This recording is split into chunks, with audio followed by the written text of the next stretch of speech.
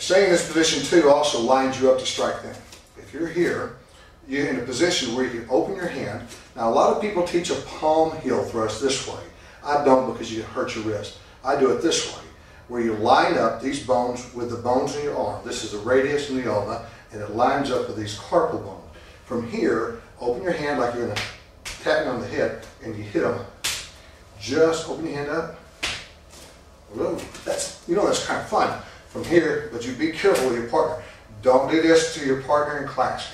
By the way, will it drive someone's bone through the nose, through their skull? No.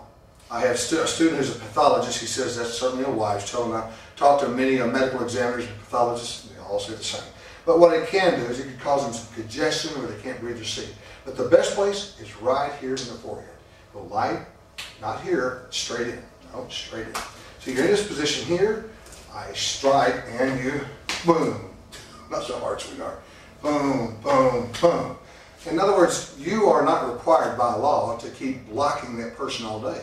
If they're trying to hurt you and you're afraid they're going to hurt you, you have the right legally to defend yourself. Another thing that we could do is called an elbow, and these techniques don't require near as much training. An elbow, a lot of people do where you rotate around, but the kind of elbow I do is differently done. It's more of a thrust here.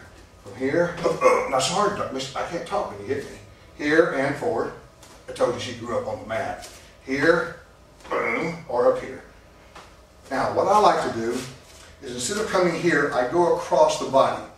I meet my forearm with their sternum, and the reason for that is if I just meet the muscle, I can push through. But if it stops the sternum, it's much like putting a jack stand under the frame of the car. It holds that frame away. So by her putting her hand, arm, elbow there, I cannot grab her, I cannot get her in a bear hug.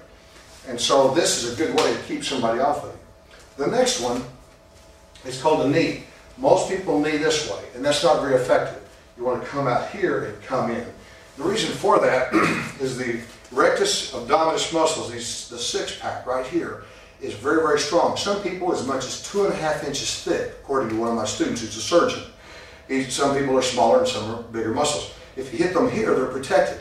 If you hit them in the groin, sometimes it doesn't hurt, especially if they're on drugs. But if you can hit them beside the rectus abdominis muscles, then you're getting inside to the ribs and to the organs. Or if you strike on the inside of their leg, this is called the femoral triangle. You have the nerves and the artery and the vein.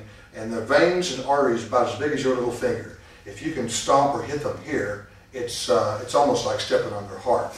So as I'm here, and say if I'm in that one position, he's going to put her hand behind here. Use your other leg, watch Michelle.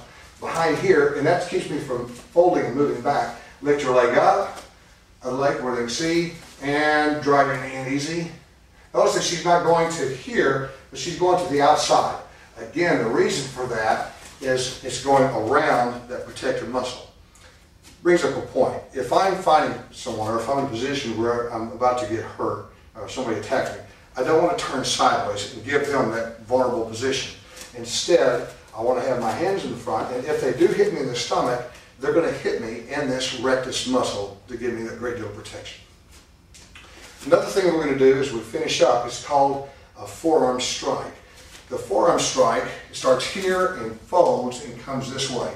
This goes to the brachial plexus. It's a plexus or a group of nerves and muscles that control the head and the neck. If I strike it here, fold, or I chop in this manner here, it causes the nerves to go into palsy. It's very effective. It'll go very easy for you, Michelle. Like if I punch here, so they can see, and strike here to the neck. You want to bend your arm and you fold it. Boom. Again.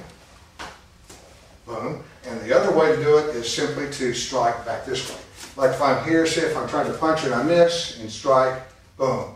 The reason I go to the neck is one, it doesn't cause as much of a serious injury if I go here to the side, but it has terrific effect. It's the easiest way to knock somebody, render them unconscious, and to make them where they can't come and attack me, because it causes all the nerves and the muscles to literally shut down from here down. And if that happens, they can't grab you, they can't chase you, and at least it gives you time to get away.